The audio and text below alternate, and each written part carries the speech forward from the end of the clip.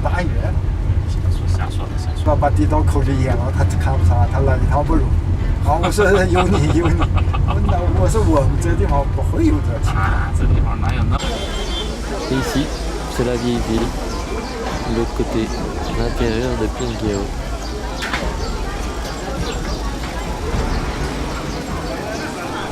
Avec ces murailles aussi qui font le tour de la ville, 6 km de long. Et au milieu de cette ville, là-bas, l'emblème de la ville.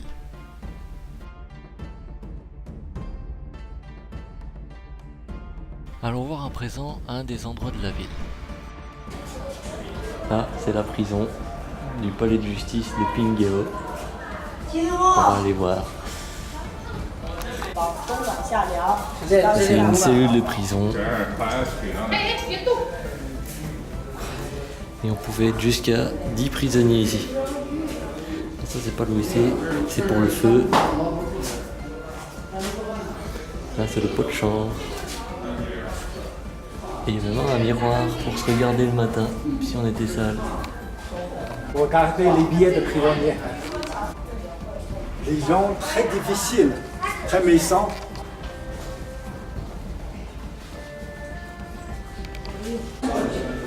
Et ça, c'était pour taper sur la tête des prisonniers jusqu'à ce qu'ils meurent.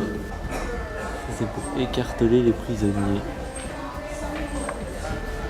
Quand les enfants ils étaient pas sages, Debout, comme ça. Et voilà. et puis on coince les pieds en dessous et on l'écartèle. Un cheval, quand tu vois, on fait le tour dans la cour. Le sang chute jusqu'à mort. Ça c'est pour mettre les pieds dedans.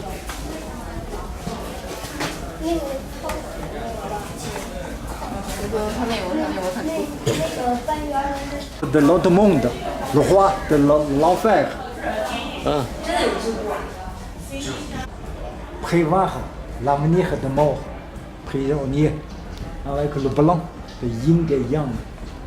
ça c'est la tour pour le loto pour savoir comment on va mourir.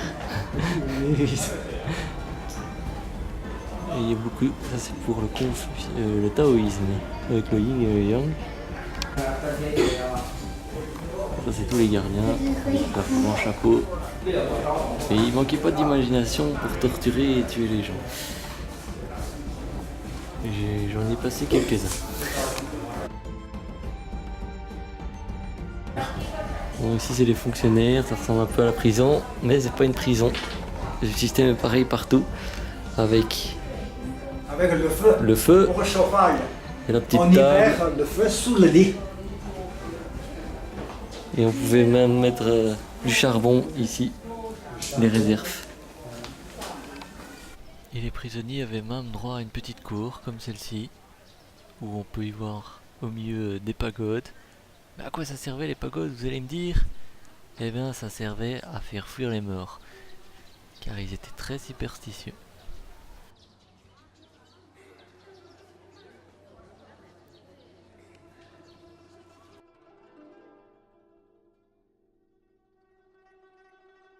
Bon, à présent, quittons la prison, le palais de justice, et on va se diriger ailleurs en ville.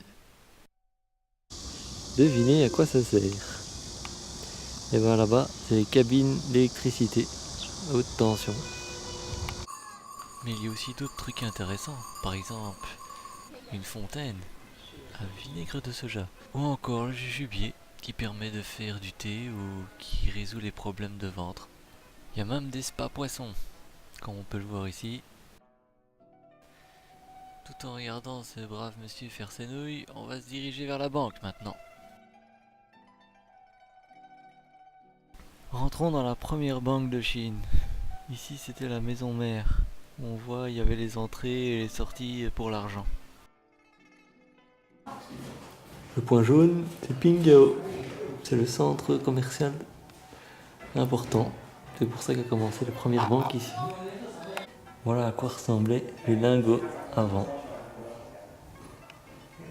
Ça, c'était les lingots d'argent. Et il y avait aussi des lingots d'or pour une quantité de 20% par rapport aux autres. Dans le style de monnaie, avant Jésus-Christ. Et puis ça a changé. C'est aussi de la monnaie.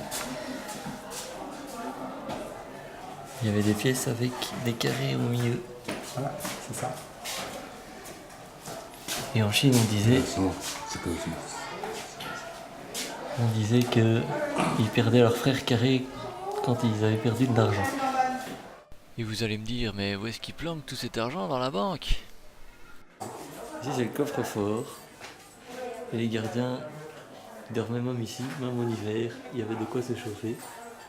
Et ils descendaient tout en bas pour remonter l'argent qu'il fallait avec une corde. Et le tout à 15 mètres de profondeur. Et ça, c'est le système d'alarme de l'époque. Quand il y avait du mouvement en haut, ça faisait du bruit. Et ça attirait tous les banquiers qui faisaient peut-être leur sieste. Voici à quoi ressemblaient à l'époque les anciens coffres-forts en bois. Et il y avait jusqu'à 30 gardes ici pour surveiller tout. Même les gardes avaient leur salle où ils pouvaient dormir. Et comme on le voit, là il y a aussi des objets à trous. Ça c'est les oreillers. Ça permettait quand on dormait, de pouvoir entendre facilement les bruits. Quand les clients venaient à la banque et qu'ils n'avaient pas fini leurs affaires, eh ben, ils pouvaient venir ici, dans la salle des invités, et ils pouvaient dormir comme si c'était une petite hostellerie. Et je ne sais pas si vous avez fait attention, d'un côté c'est pour les hommes et de l'autre côté c'est pour les femmes. Devinez pourquoi. Et quand il y avait des transactions, ça se passait par cette porte-là avec les invités. Et quand les transactions étaient conclues, il venait ici s'asseoir avec le banquier et puis il commençait à fumer son opium. Dans les banques, il fallait beaucoup bosser. Et ici, même le cuisinier, il avait son lit, comme tous les banquiers. Et ici, c'est la cuisine. Avec ça, c'est pour presser les pâtes. Il y a des trous en dessous ici. On met la pâte au-dessus, on presse le levier et les nouilles sortent en bas. Ça, c'est pour la cuisson. À la vapeur. Maintenant, allons en savoir plus sur Confucius. De moderne. Confucius, il est né en 5e siècle avant Jésus-Christ. Ça, c'est à l'époque les classes, les élèves chez Confucius. Et la philosophie de Confucius se transmettait de génération en génération dans des salles de classe, comme ici.